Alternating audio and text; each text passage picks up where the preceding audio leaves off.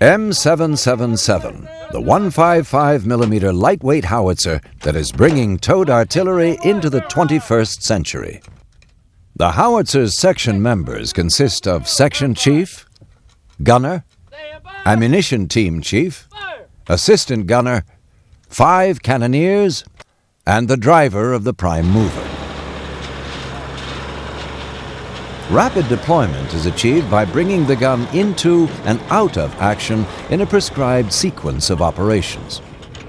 On arrival at the firing point, the section exit from the rear of the prime mover and go to their gun emplacement positions. Having disconnected the brake line couplings on the prime mover, the ATC and Cannoneer No. 5 lift the lunette clear of the towing hook using the Trident bar. The prime mover is driven to its position behind the howitzer. The assistant gunner and Cannoneer No. 3 deploy the trail arms by pulling out the locking plungers and lowering the arms until the plungers lock again. Numbers 1 and 2 raise the stabilizer locking latches and swing out the stabilizers to the firing position, ensuring that the latches have re-engaged. They then apply the handbrakes. On the command drop howitzer, the ATC and No. 5 raise the cannon tube. Numbers 1 and 2 move the suspension levers to the lower position. 1 and 2 pull the wheel locking levers and lift the crank handles to disengage the hydrostatic locks. Then, assisted by the ATC and No. 5, they lift the wheels onto the body.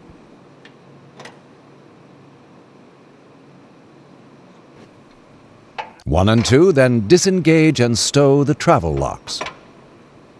The assistant gunner disengages the traverse lock. Before any operations are carried out around the breech, the scavenge valve must be closed and the shell loading tray stowed. To charge the breech, No. 1 inserts the pump handle in the trunnion adapter and begins to pump up the pressure. When the gauge reaches the green section, No. 1 stops pumping, removes the handle, and stows it on the stabilizer. He then announces, "Charged!" With the breech closed, No. 2 inserts the primer magazine, checks that it is firmly in place, and opens the breech. Coordination of breech and loading tray movements is essential to avoid breech damage and personal injury.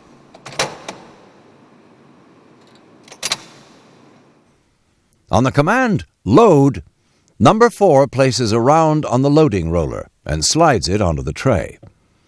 The rammer is placed on the base of the projectile, No. 1 lowers the tray, and the round is rammed. Simultaneously, Cannoneer No. 3 hands a charge to No. 2, who checks it with the section chief. Following ramming, the charge is loaded, the breech closed, and the firing lanyard attached. Deflection 3200. Verify. Stand by. Fire.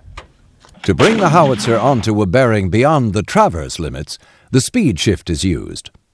Numbers 1 and 2 throw down the wheels and engage the wheel lock levers. No. 4 inserts the fast bar into the lunette and supports the tube. 3 and 5 unlatch the spades.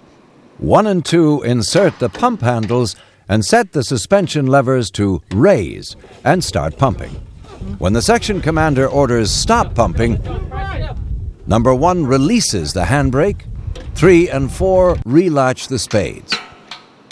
On the command "Shift," the assistant gunner with numbers 1, 2, and 4 move the muzzle in the chosen direction until the section chief orders "Stop." Stop.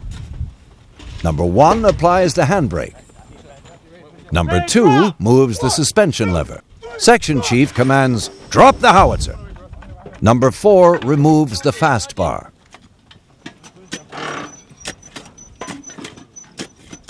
Section chief reports, "Gun ready."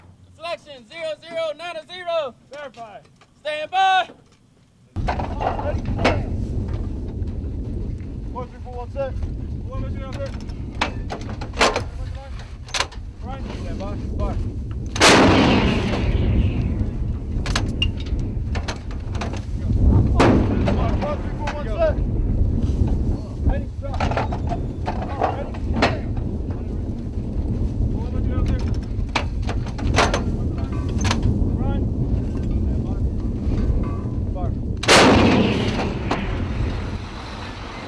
On completion of the fire mission, the section chief directs the driver to take the prime mover to the front of the howitzer. The gunner brings the tube to the center of traverse, and the assistant gunner engages the traverse lock.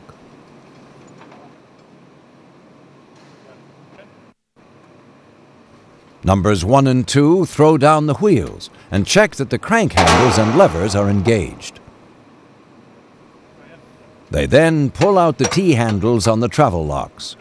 The tube is depressed and locks engaged.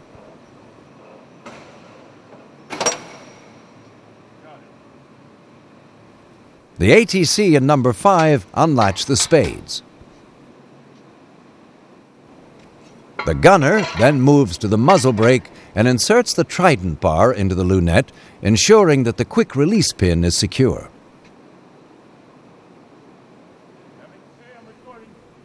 Numbers 1 and 2 insert the pump handles, set the suspension levers to the raise position, and pump up the howitzer. When the ride high indicator is level, the handles are released and stowed. Number 3 directs the driver to reverse the prime mover to the howitzer. The towing eye is lifted onto the pintle and secured. Numbers 1 and 2 release the handbrakes, check the ride high indicator, and stow the stabilizers. A check is made that the locking latches are engaged and the bump stops fully extended. The ATC in number 5 relatch the spades. Pull out the locking plungers and lift the trail arms to their stow position, ensuring that the locking plungers have re-engaged. After all power lines have been connected and equipment stored, the detachment mount the prime mover in readiness to move to a new location.